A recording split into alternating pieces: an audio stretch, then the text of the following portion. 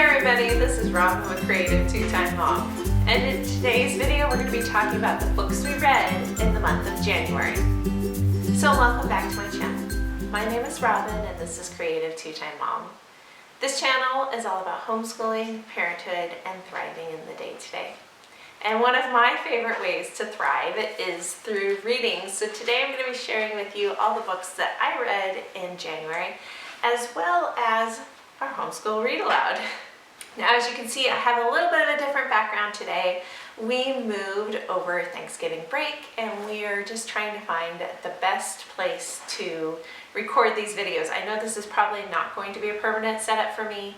I actually really like being outside, but it's a gorgeous day, and so my neighbors are doing lots of yard work, including mowing. So I'm in the house with you guys, sharing with you what I read throughout the month of January. Some really good things here. I vowed in 2023 that I was going to slow down, and January does not reflect that goal. January, I found a lot of homeschooling books from my library that I needed to read very quickly so that I could get them returned. So let's get started on what we got read.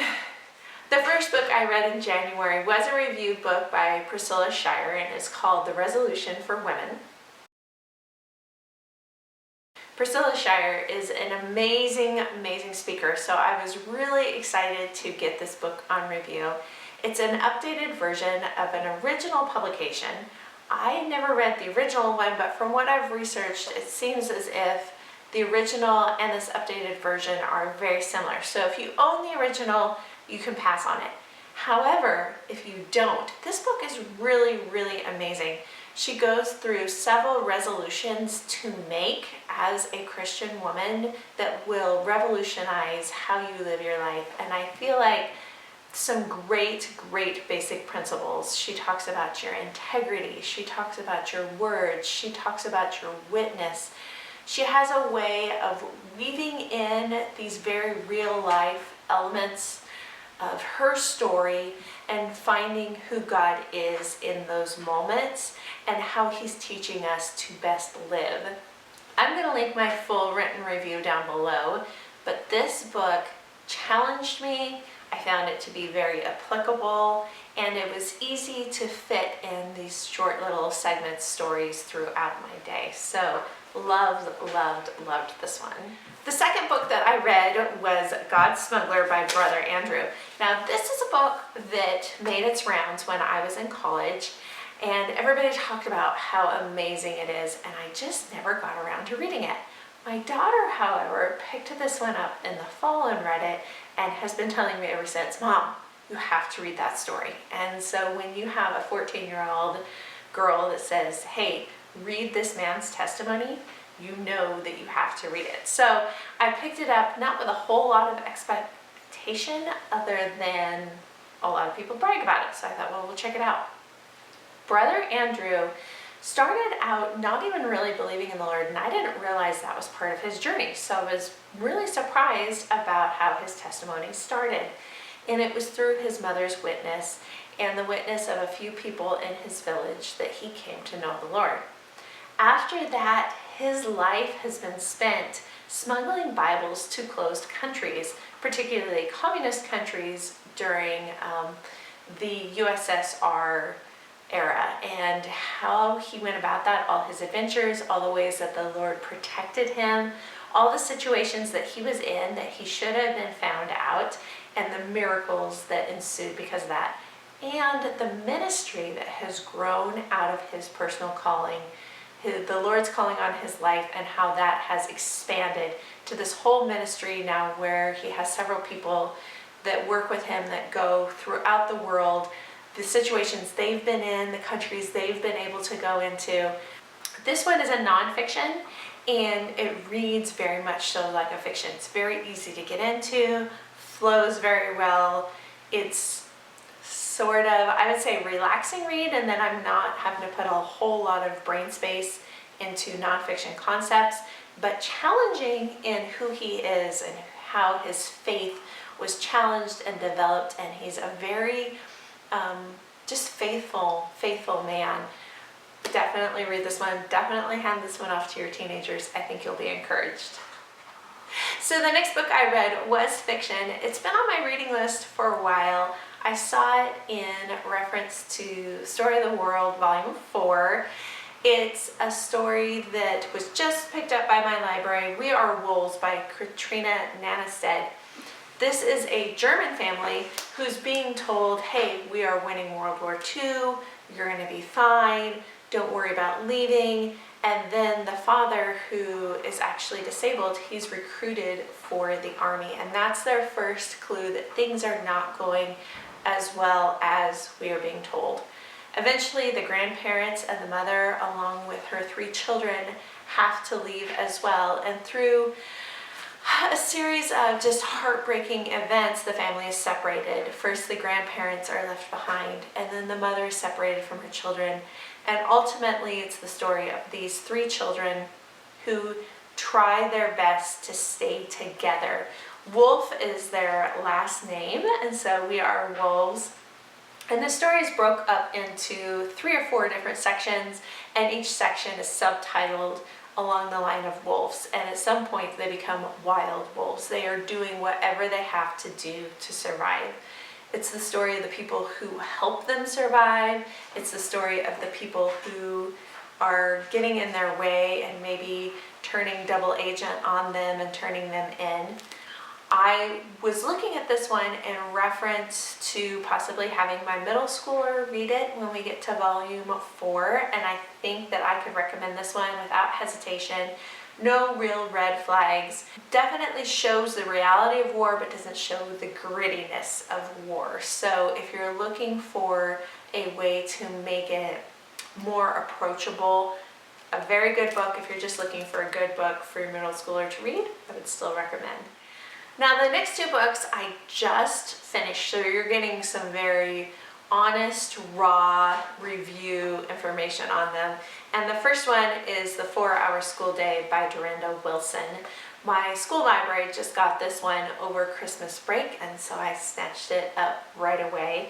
Dorinda follows along the lines of a very Charlotte Mason education, very gentle, and she's really in tune with what helped her kids learn. Instead of having school at home, she was very in tune with her children.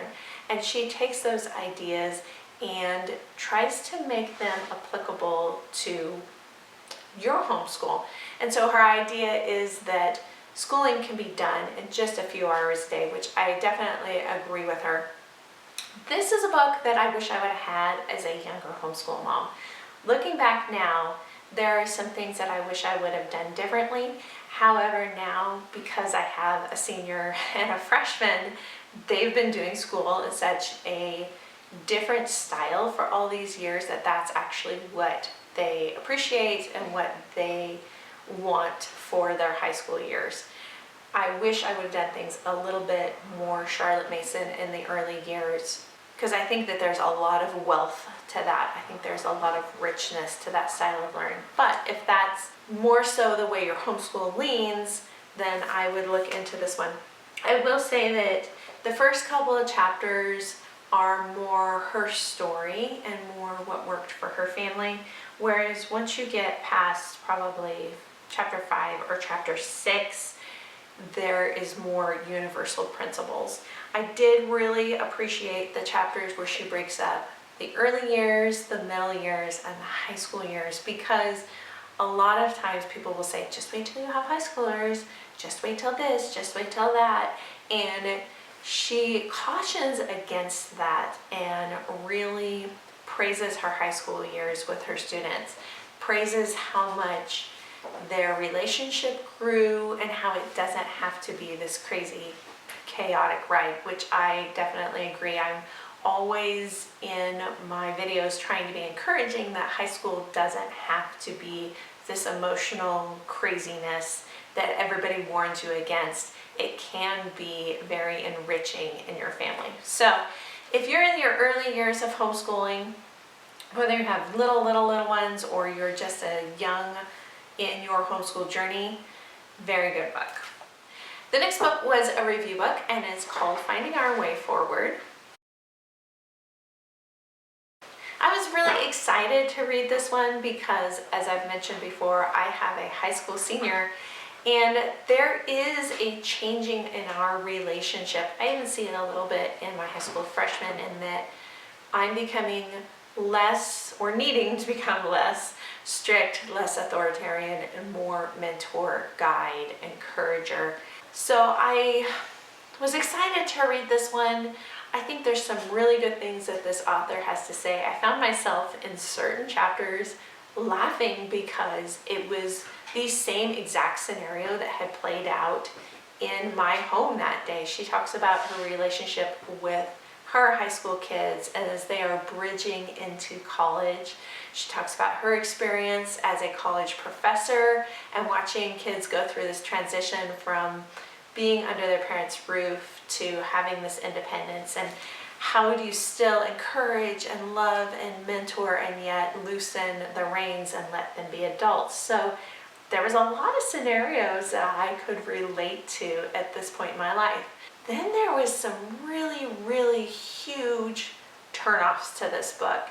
The author is very much so stereotypes the church, has a lot of really negative things to say, which just really came as a shock, because this book is marketed as a Christian parenting book, and I felt that she was just very hostile to the church and to what I know and would want to see my kids grow up in. And so I struggled with this book. On the one hand, she can be really humorous at times, and those were the chapters that I loved, where I thought, yes, I get this. This is my life. And then the other time, she was so negative toward the church that I cannot recommend this book. And it's really rare for me to not recommend a review book. It's really rare for me to not enjoy a lot of the books that I've reviewed. This one, I don't know that I would waste my time on it. I wouldn't waste my money on it. I felt that she was biased. I felt that she had a lot of negativity toward the church, and I would not waste my time on this one. I think there's not enough good things in this book to balance out the perspective. It will taint and skew the way you see the church, and I feel like she could potentially be part of the problem. If I'm being completely honest, this author's viewpoint and this book really is part of the problem with where the church is at today. So I'm going to link my full review down below, but I definitely would not recommend Finding Our Way Forward. So that was really discouraging to come off that book, especially at the end of the month. That was the last one that I finished, and I'm looking at February going, oh, maybe I need to be more discriminatory in what I pick up, because I made myself read through that one because I wanted to be really honest with myself, and I didn't want just one or two incidences to color the way I saw the whole book. So I made myself push through it, and it just left me feeling awful about what I had just read. So for February, I am looking for some encouragement. As far as our family read aloud, we read Echo Mountain by Lauren Wolk. This is a book that I've wanted to read for a while. Didn't realize how long it is. It is nearly 400 pages long. It's the story of a family post-Great Depression who goes into the mountains to live, and there's an accident which puts the father in a coma. And as you can imagine, already in a tough economic situation, and now without the father there, they are really struggling. We have the mom and 3 kids, and eventually the second daughter is led up the mountain to find this woman who is gravely ill. They call her the Hag. She has basically been shunned by everybody else on the mountain. And this girl sets about to nurse her back to life, as well as find a way to nurse her father back from his coma. And what we find out is that this woman that she's taking care of is a nurse and has a lot of medical training, as well as a lot of holistic training. She knows how to use what's on the mountain to help heal people. So in saving this woman, it takes her on a journey of trying to save her father as well. There were some moments in this book that were a little raw. Some of the medical stuff gets a little yucky, a little sticky. I had to do a little bit of editing as a reader just because I found myself cringing. I didn't want to say everything that I was reading, so I edited a little bit for the sake of my kids. My high school freshman didn't like it as much, and I think that's where she was coming from. She didn't like all of the blood, guts sort of stuff going on. My 6th grader, who's behind the camera, what did you think? Did you like it? Yes, it was extremely good. He said yes, it was extremely good. I don't think there was a night that went by that we read this that he didn't ask for one more chapter. And being almost 400 pages, we read this one probably in 3 weeks. I thought it was going to take us longer because of how long it was, and we read it much, much faster than I thought we would. Great survivalist. I feel like this one falls along the lines of My Side of the Mountain. So if your kids like Hatchet, My Side of the Mountain, Frightful's Mountain, those sort of books, they will like this one. So what is coming down the road for February? Well, I have picked up In Vital Harmony by Karen Glass. Again, Charlotte Mason. This is the way that I personally would like to teach, and so I sneak in as much Charlotte Mason stuff as I can. Even with my high schoolers who like the textbooks, I try to sneak in some of this, and I've heard really good things about Karen Glass's new book, so I think I'm 2 or 3 chapters into this one so far. Our family read aloud is The Door in the Wall. Again, we're only a couple chapters into this one, and I'm slipping this in to go in with our story of the world. So far, it's slow, but everybody recommends this one. So I'm going to stick with it. We're going to see where it goes, and I will let you know in February what we think. And I need to sneak in some fiction for myself. I talked in 2022 about how I read a lot of nonfiction, and so I'm trying to balance that out. January was not a great month for that. Trying again in February. I think I'm going to grab Peacemaker, which was on my winter reading list, and see how that one goes. If you have any recommendations for good fiction, I would love to hear it. I love historical fiction, and I love, even if it's a predictable light read like Amish fiction, I'm okay with that. I just need something to balance out these heavy, heavy books that are challenging my brain right now. I need something to give me some rest in there as well. Leave me a comment down below and let me know what you're reading, what you would recommend, and do you have any great read alouds for your homeschool? See you guys next time.